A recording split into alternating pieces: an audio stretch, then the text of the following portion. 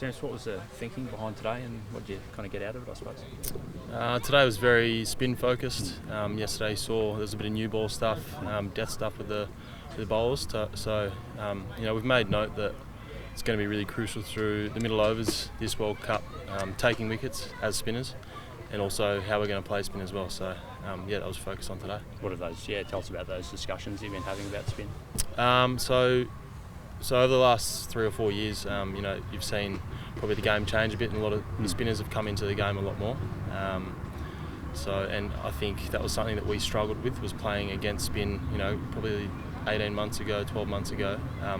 Something that we rectified really well in India and in Pakistan and in Dubai against Pakistan. And you saw out there today too. The results are speaking for themselves. The boys are getting a lot better at it. Have you looked at kind of stats about how that works in England? Like obviously in Asia it's one thing, but smaller grounds here. Do you think that might play a role? It's definitely going to play a role with the smaller grounds. I think the way that we have been playing lately, we've been loading up a little bit towards the back end, so to have those wickets in hand is really important. So I guess stopping the spinners from getting wickets in the middle overs is really important, and obviously vice versa for us, for me and Nathan to bowl well. Yeah, and two spinners as well. Like if you've done a lot in Asia over the last 10 games, would you like to see Australia do it? 100%. I love playing with Nath. We play two different roles. He's so accurate, beautiful off spinner, bowls with his field really well. So he bowls really tight, and it means that I can attack from the other end. So I'd really like bowling with Gaz. So I really think it's going to play a huge role for us sometime throughout the World Cup. I don't know if it'll be every game, but I definitely see us playing a huge role together. When you bowled in tandem at the nets, what do you sort of learn about each other? It seems like you spent a lot of time working together.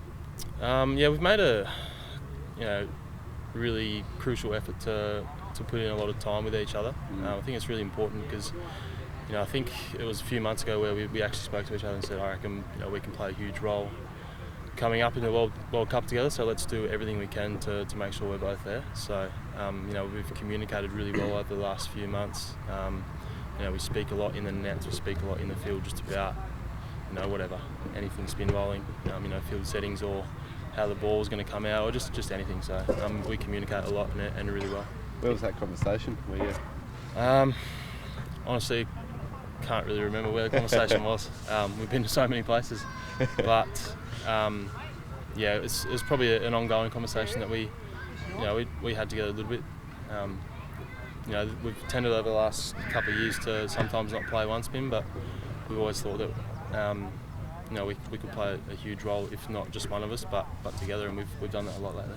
The emphasis on taking middle over wickets, does that make you sort of weight your wicket column a little bit heavier than runs conceded? Are you happy to go for a few more if you are having success? Yeah, definitely. I think that's something that we've spoken about, particularly Finch is big on.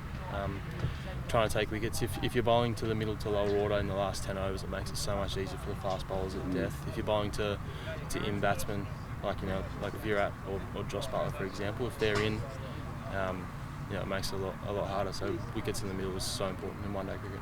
You've had a bit of experience bowling over here now. I think you've been here the last 2 years. I mean, having that experience in the bank must be kind of working in your favour as well. Yeah, definitely. I didn't make the ODI squad last year when we came to England.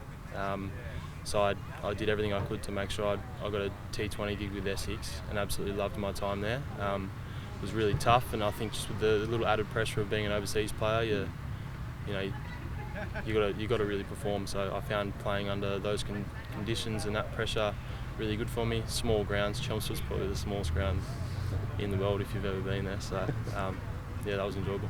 Has it made you stronger, being out of the team for a while, and I guess you might have thought at times you might not be here. Has it made you a stronger mentally cricketer?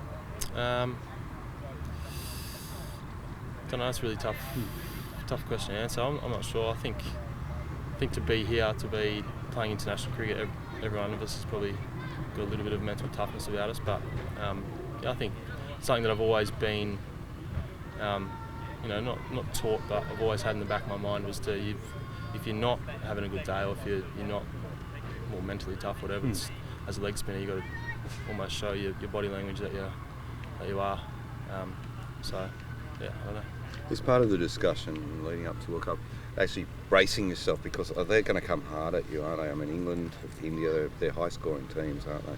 Yeah, definitely. And I think that was something that was really good about the Indian series too.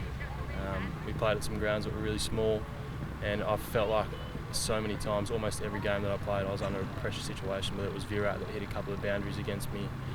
I felt like I was under pressure a lot, and that was really good for me. I think every game that I played in India and against Pakistan and UAE, I felt like I got better and better and more confident with executing my skills.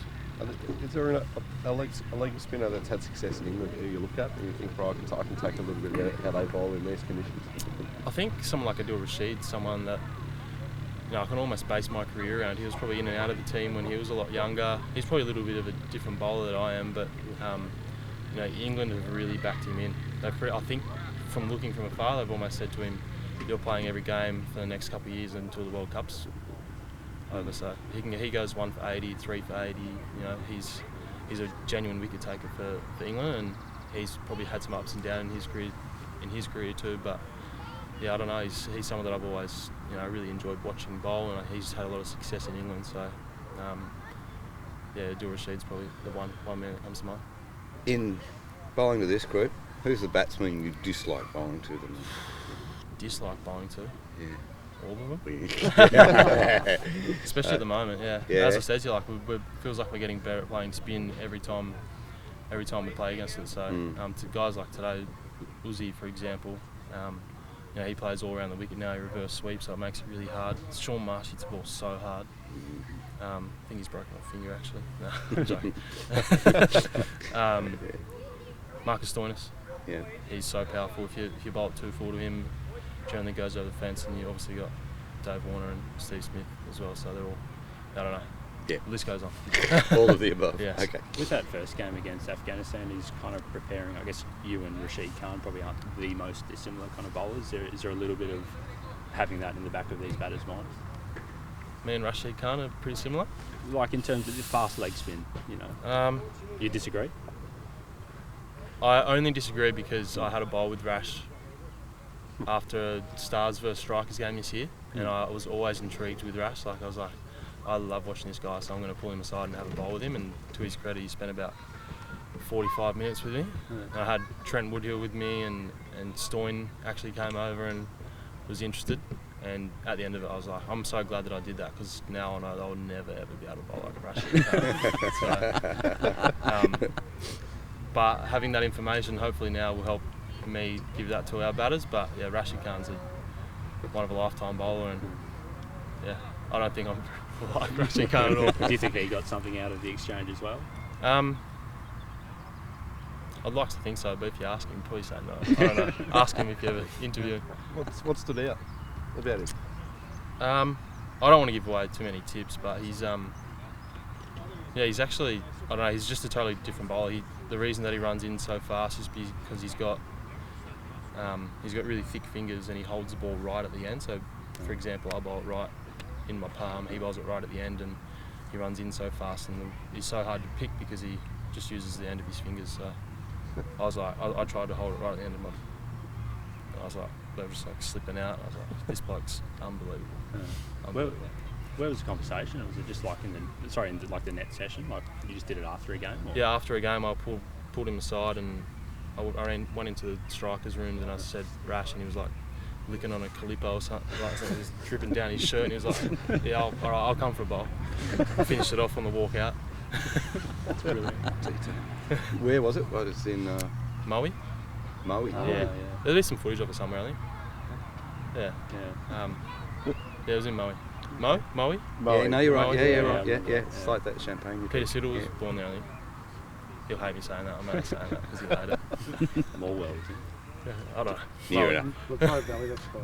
On Nath, he's obviously such a great test bowler. Like, what have you kind of noticed about what he's had to change, if anything, for one-day cricket? I